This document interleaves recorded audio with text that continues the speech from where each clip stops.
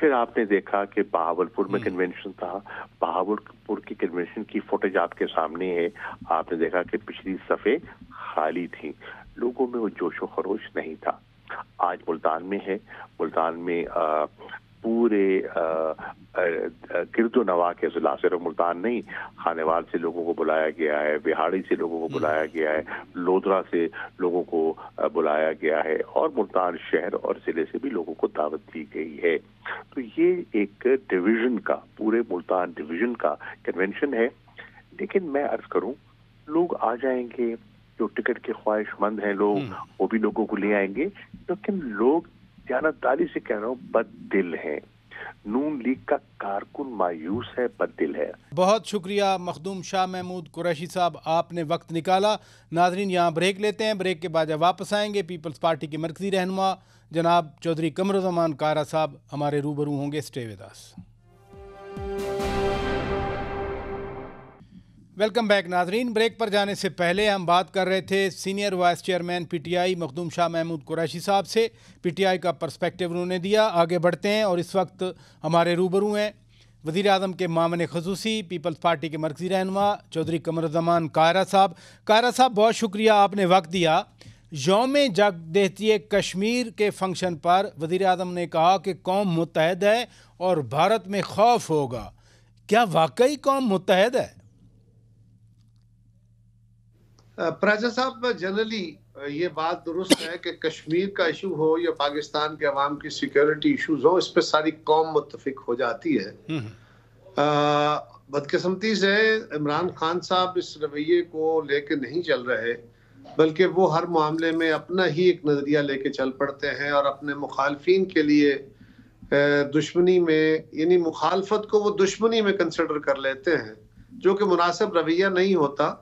جمہوریت میں مخالفت ہوتی ہے، ڈفرنس آف اوپینین ہوتا ہے، اس کو اختلاف رائے ہوتا ہے، اس سے دشمنی پیدا کر لینا مناسب نہیں ہے۔ ہمارے رویے ضرور ہارش ہیں، ہم بھی آپس میں جماعتیں ایک دوسرے سے ہارش ہوتی تھی، لیکن اب ہم نے کافی وقت سے سیکھ لیا۔ لیکن خان صاحب ہر معاملے میں تنازع بنا کے کھڑے ہو جاتے ہیں، لیکن ہم نے اس دور میں بھی، جب مشرف دور تھا، ملک کے اوپر مشکل وقت آتا تھا، اگر اے پی سی ہوئی، قومی قیادت کو اکٹھا کیا گیا تو ہم گئے، اگر میاں صاحب کے دور میں ہوا تو ہم گئے، اگر ہمارے دور میں ہوا تو باقی ساری جماعتیں آئیں، عمران خان کے دور میں ہوا، عمران خان خود نہیں آئے، باقی ساری جماعتیں آئیں۔ یہ رویہ بہت نامناسب ہے۔ وزیر اعظم صاحب نے جو کچھ کہا، میں بتاتا ہوں۔ ایک منٹ، یہ اے پی سی کی آپ بات کر رہے ہیں، ابھی کل پیر ہے، پرسوں اے پی سی ہے۔ شاہ محمود قریشی صاحب تو بار بار پوچھ رہے ہیں کہ آپ نے ہمیں الزامات سے نوازنا ہے یا کوئی سنجیدہ دعوت دینی ہے، کوئی فیصلہ کیا وزیر اعظم صاحب نے؟ راجہ صاحب، گزارش یہ ہے کہ جہاں تک الزامات کا تعلق ہے وہ اپنی جگہ، ہمارے خلاف کیسز بنے ہوئے تھے، ہماری قیادتیں جیلوں میں تھی، اس کے باوجود جب اے پی سی ہوئی تو ہم اے پی سی میں گئے عمران خان کے دور میں، وہاں آپ نے اپنی ایک ذمہ داری پوری کرنی ہے۔ کس کو گرفتار کیا گیا ہے؟ فواد چودھری کو گرفتار ہم نے نہیں کیا، فواد چودھری کے خلاف F I R election commission نے دی ہے۔ شیخ رشید صاحب کو گرفتار کیا گیا ہے۔ شیخ رشید صاحب جو گفتگو فرماتے ہیں جس طرح کی، پراچا صاحب کیا آپ مجھے اس گفتگو سے یہاں نوازیں گے؟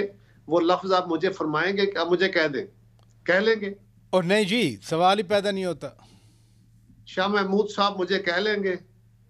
میں شاہ محمود کو وہ لفظ کہوں تو انہیں کیسے لگیں گے؟ راجہ صاحب، بعض اوقات لفظ گولیوں سے زیادہ گہرے زخم دیتے ہیں۔ بالکل ٹھیک ہے، گرفتاریاں نہیں ہونی چاہیے، لیکن لفظوں کا استعمال بڑا پراپر ہونا چاہیے۔ تنقید مناسب الفاظ میں ہی درست ہوتی ہے۔ اگر آپ حدود کراس کریں گے تو پھر دوسروں سے بھی توقع نہ رکھے کہ وہ حدود کے اندر رہیں گے، پھر کبھی کبھی بندہ ایسی کیفیت آ جاتی ہے۔ لیکن میں پھر کہوں گا کہ ڈیموکریٹک ٹالرنس ہی بہتر ذریعہ ہے، لیکن ڈیموکریٹک ٹالرنس کے لیے ڈیموکریٹک رویے ہونا ضروری ہے۔ درست ہے بات، اس سے تو چودھری صاحب کوئی انکار نہیں ہے۔ اب عمران خان نے جیل بھرو تحریک کا اعلان کیا ہے۔ جب ہم پروب کرتے ہیں وہ کہتے ہیں چونکہ 90 روز میں یہ الیکشن نہیں کروا رہے تو اب ہمیں یہی جمہوری احتجاج کرنا ہے. حکومت کیا سوچ رہی ہے؟ ابھی تک تو گھروں میں بیٹھے ہوئے ہیں اور پروٹیکٹڈ ہو کے بیٹھے ہوئے ہیں. کسی نے شرلی چلا دی کہ عمران خان صاحب کو گرفتار کرنے کا پلان ہے، حالانکہ کوئی پلان نہیں تھا. تو انہوں نے پہلے بھی بنی گالا کے گرد اپنے نوجوانوں کو کھڑا کر لیا تھا، اور پھر اب لاہور میں انہوں نے اپنی پارٹی کو کال دے دی تھی. پتہ نہیں ہر کیس کے اندر بیل لینے والے جیل کیسے بھریں گے، لیکن اگر کسی کو شوق ہے تو بھر کے دیکھ لے، یہ بھی کر کے دیکھ لے. لیکن آپ فرما رہے ہیں کہ عمران خان کو گرفتار کرنے کا حکومت کا کوئی ارادہ نہیں ہے. حکومت کے ارادے کا کوئی تعلق نہیں ہے. عمران خان اگر کسی وقت قانون کو مطلوب ہوئے تو گرفتار ہو سکتے ہیں، ادروائز حکومت کا کوئی انتقامی کارروائی کا ارادہ نہیں ہے. نہ ہم نے، اگر یہی ارادہ ہوتا تو ہم بہت پہلے ان کے خلاف جس طرح وہ کیس بنواتے رہے، نیب کے کیس بناتے اور ان پہ کرپشن کے فرضی کیس بناتے. کس پہ اوپر کیس نہیں بن سکتا؟ کیس بنا کے ڈال دیتے، 6 مہینے 8 مہینے عدالتوں کے چکر لگتے، پھر بیلیں ہو جاتی. تو سمجھ آ جاتی سب کو کہ ہم کیسے لوگوں کے ساتھ زیادتیاں ہوتی ہیں. لیکن نہ ہم نے پہلے یہ کام کیا، نہ آپ کریں گے. ہاں، اگر کوئی قانون کو مطلوب ہوتا ہے کسی کیس میں تو اس کو پیش ہونا چاہیے. لیکن یہ جو جیل بھرو تحریک ہے وہ فلسفہ یہ بیان کرتے ہیں کہ چونکہ 90 روز میں صوبائی اسمبلیوں کے الیکشن نہیں کروا رہی حکومت، اب ہمارے پاس یہی آپشن ہے. راجہ صاحب، کوئی کام غیر قانونی اور غیر آئینی نہیں ہوگا. یہ ان کے مفروضے ہیں. یہ ہر وقت ایک نئی کہانی ڈال کے اس کے اوپر اپنی ایک سیاست چمکانا چاہتے ہیں. اگر وہ اس طرح کے بیانات نہ دیں تو آپ بھی ان کو اتنی اہمیت نہ دیں، تو روز نئی شرلی چھوڑیں گے تو آپ نیا پروگرام کریں گے نا. یعنی حکومت، آپ لوگ جیل بھرو تحریک کو سنجیدہ نہیں لے رہے؟ بالکل نہیں. میں سمجھتا ہوں ان کو یہ شوق پورا کرنا چاہیے. اچھا ہے، ان کی یہ ٹریننگ ہو جائے گی کہ جیلوں میں جا کے کیا ہوتا ہے. آج جنرل پرویز مشرف انتقال کر گئے. میاں نواز شریف نے تو باقاعدہ دعا کا ٹویٹ کیا، انہوں نے انا للہ و انا الیہ راجعون لکھا. بلاول بھٹو زرداری نے ٹویٹ کیا، آپ کے چیئرمین ہیں. انہوں نے ٹویٹ میں کہا کہ تو زندہ رہے گی بے نظیر. یہ کوئی خاص میننگ تھا اس ٹویٹ کا؟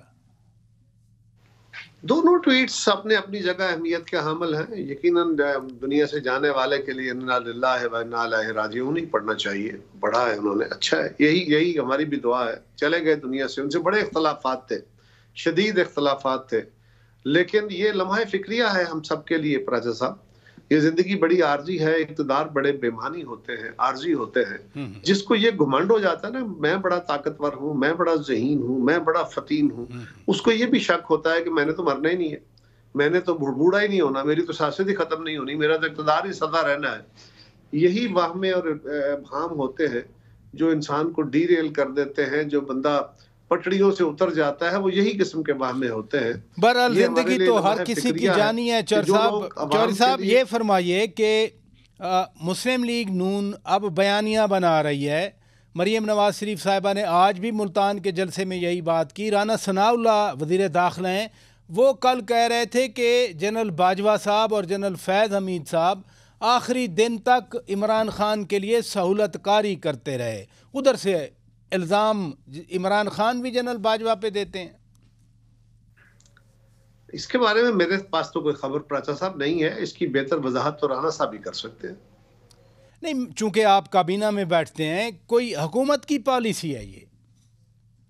نہیں، حکومت کی کوئی پالیسی نہیں ہے. یہ ان کا انڈیویجول ایک بیان ہے. انہیں پتا ہوگا، وہ وزیر داخلہ ہیں، ان کے پاس کوئی خبر ہوگی جس کی بنیاد پہ انہوں نے یہ بات کہی. میرے علم میں ایسا کچھ نہیں ہے.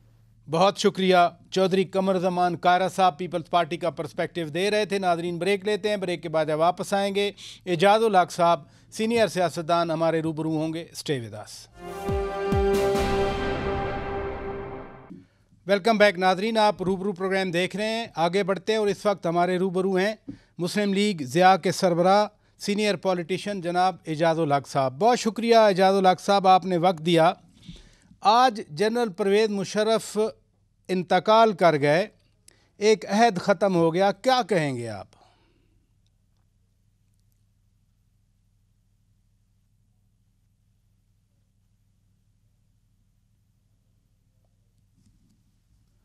آپ کو آواز آ رہی ہے جاد الحق صاحب میری؟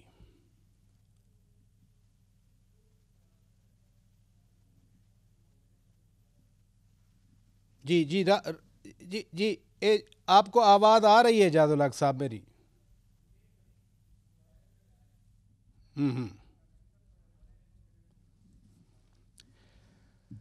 آج جنرل پرویز مشرف کا انتقال ہوا ناظرین، اور اس پر ہم پالیٹکس پر بھی بات کر رہے ہیں، لیکن ایک بڑا واقعہ ہوا پاکستان میں، ایک عہد تھا جو ختم ہوا۔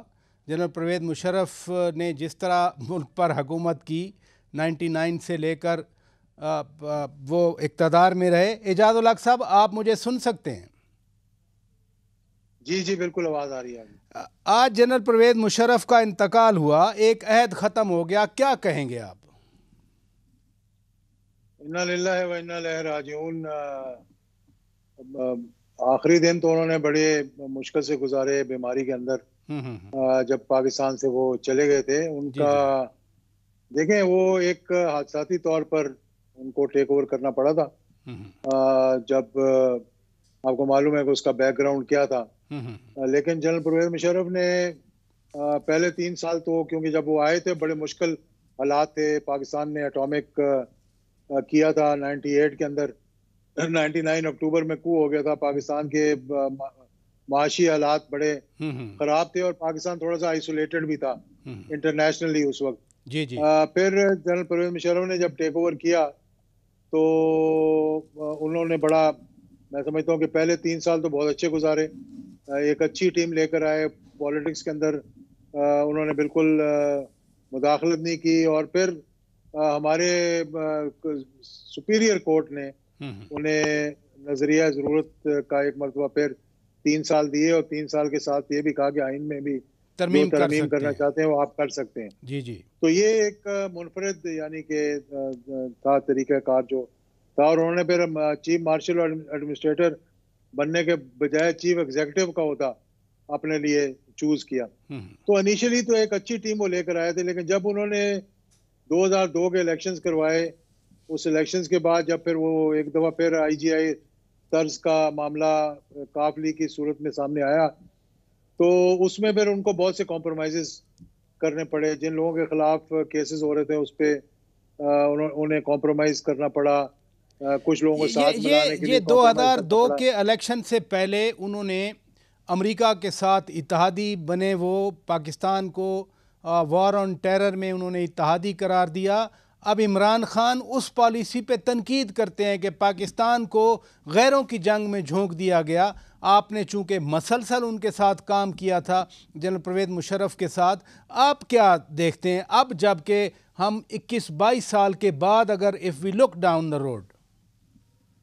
دیکھیں، یہ ایک بڑا ان کا ایک بڑا مشکل فیصلہ تھا، کیونکہ وہ اس دو رائے پہ کھڑے تھے کہ جہاں پر if you do you are damned, if you don't do you are damned again، یعنی کہ اگر آپ کریں تو بھی آپ مریں، اگر نہ کریں تو بھی آپ مریں۔ تو ہائنڈ سائڈ میں اگر وہ نہ کرتے اس وقت تو پھر ہمارے ساتھ کیا ہوتی یہ ہمیں ابھی معلوم نہیں ہے، لیکن اس وقت انہوں نے یہ سمجھا ہوگا کہ یہ بہتر ہے، لیکن اس سے پھر اس کے ریپریکشنز بڑے ہوئے پاکستان کے اندر، یعنی دہشت گردی ایک دفعہ پھر سے ابھری، اور پھر اس کے بعد آپ کو معلوم ہے کہ بہت زیادہ دہشت گردی نے اس زمانے میں اس کی وجہ سے وہ پنپ رہی تھی اور آگے بڑھ رہی تھی، اور پھر بہت سا ہمیں نقصان بھی ہوا اس میں۔ پھر 2002 میں جا کے 9/11 کے بعد جب پولیٹیکل گورنمنٹ آ گئی تو پھر میں نے کہا نا جو آپ کو میں بتا رہا تھا، کمپرومائزز کیے۔ مجھے ان کی جو چیز پسند تھی وہ 2 چیزیں، ایک تو یہ کہ ان کا ہندوستان ویزا وی کشمیر اور انڈیا ایک بڑا کلیئر موقف تھا ان کا، as a soldier, as a staunch Pakistani, کہ پاکستان فرسٹ۔ وہ کہتے تھے، ہمیں اس وقت غصہ آتا تھا، ہم کہتے تھے اسلام فرسٹ، لیکن وہ کہتے تھے ہم ہیں تو مسلمان، تو پاکستان فرسٹ رکھا ہوا تھا انہوں نے۔ اس کے لیے انہوں نے بالکل ہندوستان کی آنکھوں میں آنکھیں ڈال کر بات کی، اور بڑی دلیری کے ساتھ بات کی۔ جس فورم پہ بھی وہ گئے انہوں نے پاکستان کے موقع کو بہت اچھی طرح ریپرزینٹ کیا۔ پھر ان کے اس زمانے کے اندر آپ کو پتہ ہے کارگل بھی ہو گیا، دیگر مشکلات کا بھی بہت سی چیزیں بیچ میں آ گئیں، لیکن اس کے باوجود دوسری جو مجھے ان کی چیز پسند آئی تھی کہ وہ یہ تھی کہ جہاد افغانستان جو پاکستان نے سٹارٹ کیا تھا اس کے بارے میں ان کا بڑا کلیئر موقف تھا، اور انہوں نے بڑے انٹرنیشنل پلیٹ فارم سے بھی بیٹھ کے کیا تھا کہ ہم نے جو اس وقت فیصلہ کیا پاکستان نے بالکل صحیح فیصلہ تھا. کوئی ہماری طرح بالکل وہ نہیں تھے، اس پہ کلیئر تھے، متزلزل نہیں تھا ان کا.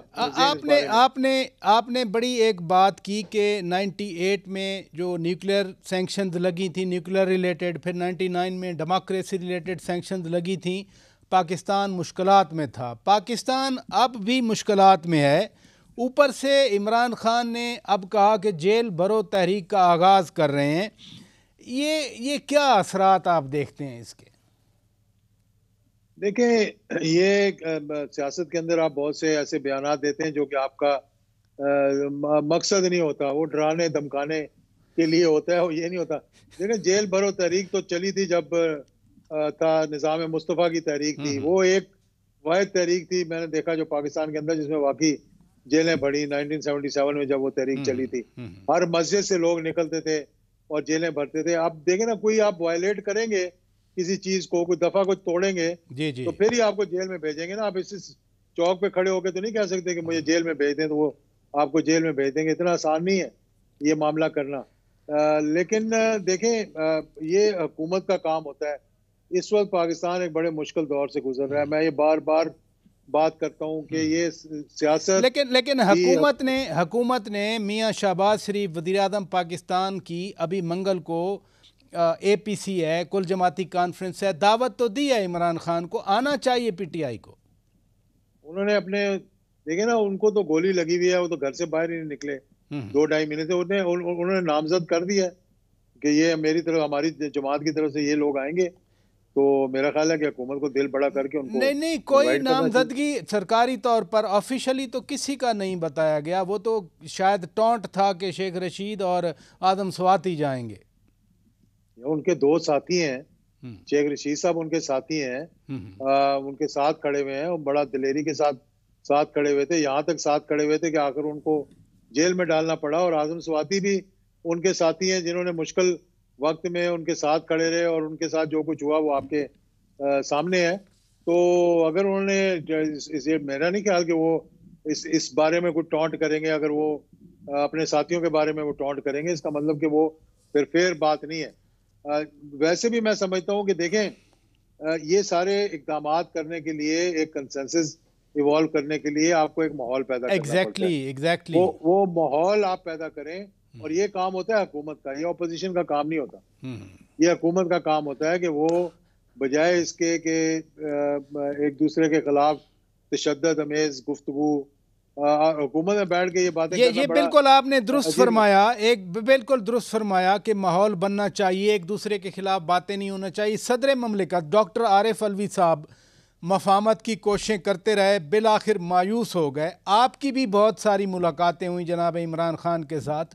آپ کو کوئی گراؤنڈ نظر آ رہی ہے کہ اس پوائنٹ پر، اس ایشو پر بیٹھ سکتے ہیں دونوں؟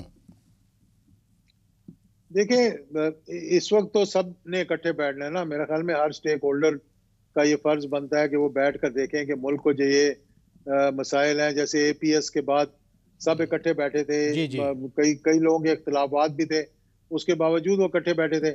اسی طرح سے موجودہ صورتحال میں بھی اگر حکومت میں اتنی سخت نہیں ہے اور اتنا بڑا دل نہیں ہے کہ وہ کسی کو ساتھ بٹھا سکیں، یا اپوزیشن کو اپنے خدشات ہیں، تو میرا خیال ہے کہ کوئی تیسری پارٹی جو ہے، چاہے وہ لائرز ہوں، چاہے وہ اسٹیبلشمنٹ ہو، چاہے وہ مطلب کوئی بارز ہوں، یا کوئی اے پی این ایس ٹائپ کوئی صحافی میڈیا تنظیمیں ہوں، somebody will have to interfere. تو کوئی آپ کو آگے نظر آتا، آپ کو آگے آتا نظر آ رہا ہے؟ آپ نے اسٹیبلشمنٹ گنی، آپ نے سپریم کورٹ گنی، آپ نے بار گنی. میرا خیال ہے کہ دیکھیں، اس مسئلے کا حل تو نکالنا ہی ہے نا، اس کو ایک طرف تو لگانا ہی ہوگا. آپ 2 طریقے ہی کر سکتے ہیں. پہلے ایک طریقہ یہ ہے جو کہ میں سمجھتا ہوں کہ سب کے لیے ایک مشکل طریقہ ہوگا، کہ ایک جماعت کو جو پاکستان کی اس وقت سب سے بڑی پاپولر جماعت ہے، آپ کہیں جی اس کو ہم سائیڈ لائن کرنا چاہتے ہیں. دیکھیں، ماضی کے اندر بھی بہت سے وقتوں میں بہت سی جماعتوں کو سائیڈ لائن کرنے کی کوشش کی، لیکن وہ سائیڈ لائن آپ نہیں کر سکے. اور یہی اجاد الحق صاحب، یہی ہمارے ماضی کا ایک سبق ہے جو ہمیں بطور قوم سیکھنا ہوگا کہ کسی کو سائیڈ لائن بھی نہیں کیا جا سکتا اور کسی کے ساتھ زبردستی نکالا بھی نہیں جا سکتا۔ بہت شکریہ جناب اجاد الحق صاحب، ہمارے روبرو تھے۔ ناظرین، پروگرام کا آغاز میں نے قوم کے متحد ہونے اور قوم کے اتحاد کے حوالے سے کیا تھا۔ اس کا ایک مظاہرہ تو آج ہم نے کوئٹہ بلوچستان میں دیکھ لیا، جہاں پر ایک نمائشی کرکٹ میچ تھا، لیکن جس جوش و خروش سے بلوچستان کے لوگ آئے، کوئٹہ کے لوگ آئے اور جس جذبے کے ساتھ یہ میچ کروایا گیا، یقیناً اس کے لیے کریڈٹ دینا چاہیے پی سی بی کو، کرکٹ بورڈ کو، ہماری ٹیموں کو، ہمارے سٹارز کو، اور ساتھ ساتھ بلوچستان کی انتظامیہ کو، صوبائی حکومت کو، خاص طور پر وہاں پر کور ہیڈ کوارٹر کو جو سیکیورٹی انشور کی گئی۔ اس سیکیورٹی کی وجہ سے ہی مسائل بنتے ہیں، لیکن آج وہاں پر سیکیورٹی پر مامور کور ہیڈ کوارٹر کے جوانوں اور آفیسرز نے یہ ثابت کر دیا کہ وہ تو اپنی ذمہ داریاں پوری کر سکتے ہیں جیسے بھی حالات ہوں، لیکن جو قیادت ہے، قیادت نے راستہ نکالنا ہے۔ میں ملک کے اتحاد کی بات کر رہا ہوں، خدا کرے کہ کوئی نہ کوئی راستہ نکل آئے۔ اپنے میزبان شوکت پراچا کو اجازت دیجیے، خدا حافظ۔